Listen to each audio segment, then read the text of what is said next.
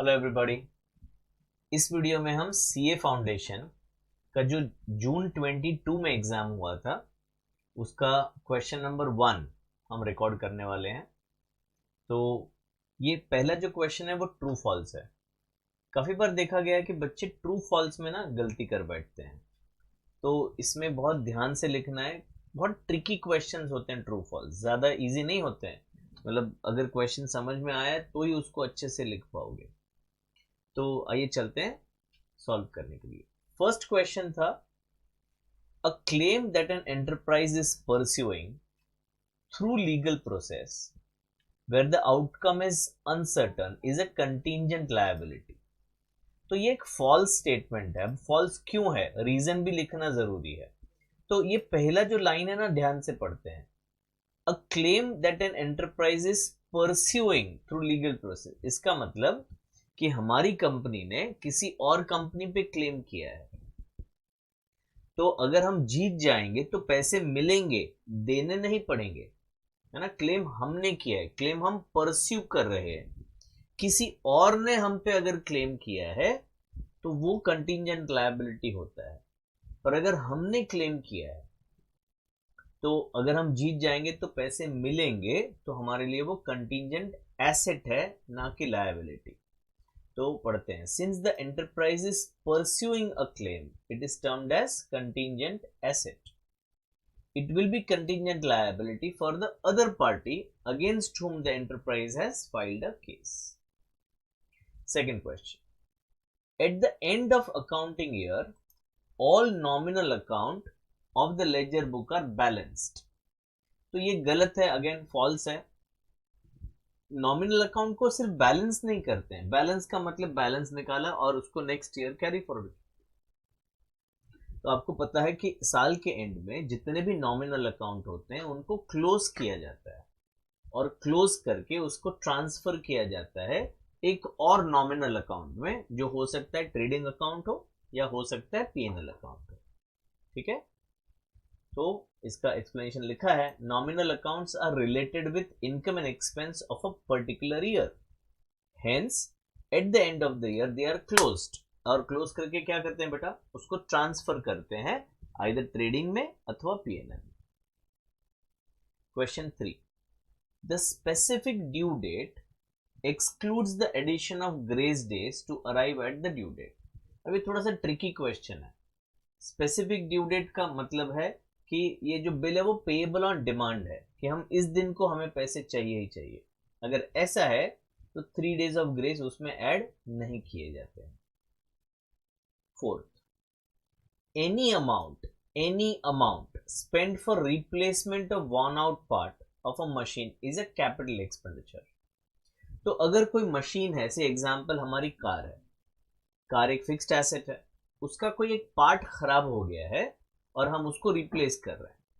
से एग्जांपल उसका हॉर्न खराब हो गया है और उसको रिप्लेस कर रहे हैं, तो ये तो रेवेन्यू एक्सपेंस है, नॉर्मल मेंटेनेंस हो गया। ये कोई पार्ट खराब हो गया, उसको हम रिप्लेस कर रहे हैं, उससे कोई कार की जो लाइफ है वो बढ़ने वाली नहीं है। तो the answer is false. Replacement of worn out part of a machine is to maintain the machine in working condition, and it is treated as revenue and not a capital expenditure. Next, debenture suspense account appears on the liability side of balance sheet। तो ये false है। जब debenture issue करते हैं as a collateral security, extra security, तो तब entry हम pass करते हैं debenture suspense account debit to -% debenture credit.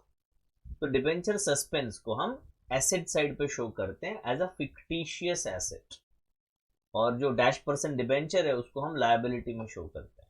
ठीक है, तो आंसर है फॉल्स।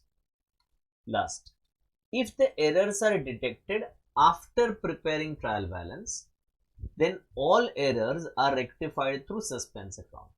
तो इधर प्रॉब्लम क्या है बेटा, इधर ये ऑल वर्ड है ना, ये प्रॉब्लम है।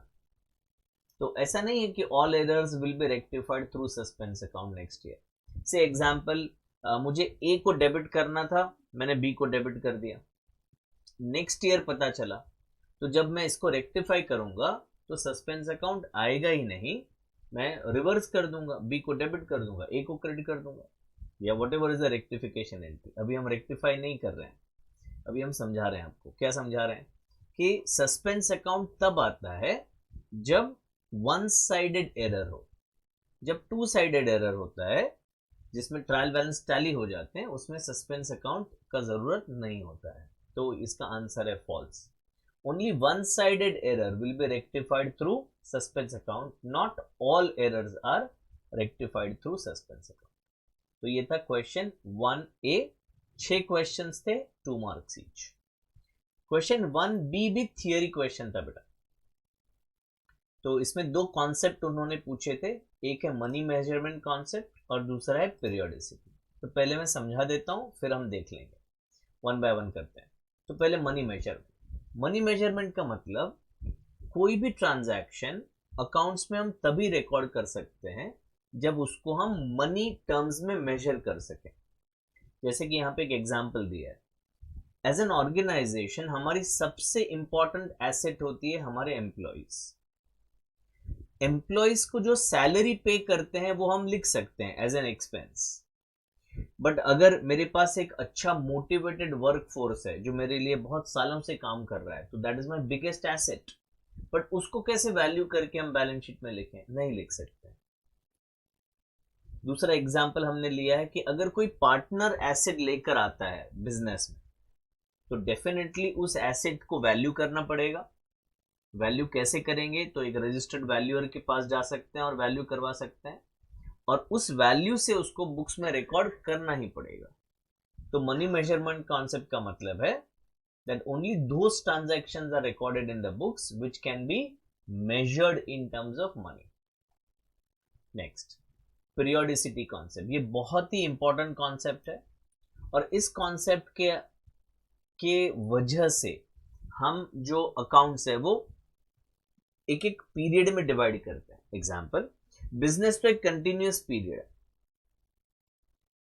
तो अकाउंट्स बनाने के लिए, यानी कि trading account, PNL account, balance sheet account बनाने के लिए ये जो कंटिन्यूअस पीरियड है उसको हम ब्रेक करते हैं, एक एक साल में ब्रेक करते हैं। तो जब भी हम प्रॉफिट गिनते हैं तो वो एक साल का निकालते हैं, एक साल का एक्सपेंस और उसी साल का इनकम, तो उस साल का प्रॉफिट मिलेगा। नेक्स्ट ईयर भी वैसे ही करेंगे। और ये जो साल है वो इंडिया में अप्रैल से मार्च होता है, जिसको हम फाइनेंशियल ईयर बोलते हैं। ठीक है, तो इस कॉन्सेप्ट की वजह से जो कंपैरिजन होता है फाइनेंशियल स्टेटमेंट्स का between one period to another period, वो इजी हो जाता है, और मैचिंग ऑफ इनकम और एक्सपेंस हो सकता है। ठीक है, तो ये था पीरियोडिसिटी कॉन्सेप्ट। क्वेश्चन 3 जो था वो एब्सोल्युटली बोनस क्वेश्चन था, एब्सोल्युटली बोनस क्वेश्चन, 4 मार्क का, कुछ भी नहीं करना है। सीए लेवल पे अगर ऐसा क्वेश्चन आता है तो मतलब बल्ले बल्ले है। ट्रायल बैलेंस दिया है और ये कहा गया है कि इसको रेक्टिफाई करिए, सही है कि नहीं चेक करिए। तो मैंने इधर राइट हैंड साइड पे सोल्यूशन बना के रखा है। तो X capital credit balance right है, सही है। X drawings debit balance right है। Leasehold premises debit balance right है। सेल्स का क्रेडिट बैलेंस राइट है। अब ये पहला मिस्टेक, ड्यू फ्रॉम कस्टमर। तो ड्यू फ्रॉम कस्टमर तो एसेट होता है भाई, है ना। तो ड्यू फ्रॉम कस्टमर यहाँ पे क्रेडिट बैलेंस में लिखा है, हमने उसको चेंज कर दिया, डेबिट में लिख दिया। परचेज डेबिट राइट है। परचेज रिटर्न, अभी कितना सिंपल है, परचेज अगर डेबिट में है तो परचेज रिटर्न क्रेडिट में होना चाहिए, तो ये 792 हमने क्रेडिट में लिखा। Loan from bank credit right है। ट्रेड एक्सपेंसेस डेबिट राइट है। ट्रेड पेएबल, अब ये क्रेडिट होता है, क्रेडिटर्स हो गए ये, तो क्रेडिट बैलेंस आ गया। Bills payable same logic, credit balance आ गया। सैलरीज वेजेस राइट है। कैश एट बैंक राइट है। ओपनिंग इन्वेंट्री 792 क्रेडिट नहीं हो सकता, इट्स अ डेबिट बैलेंस, 792 यहाँ पे लिख दिया।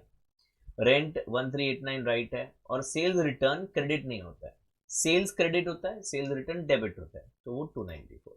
तो जब आप इसको लिखोगे वापस टैली करोगे तो टैलिंग फिगर सेम आ रहा है, पर आपका जो ट्रायल बैलेंस ये करेक्ट है। Closing inventory will be a matter of adjustments, जैसे इधर क्वेश्चन में दिया है। तो ये था आपका क्वेश्चन नंबर 1C।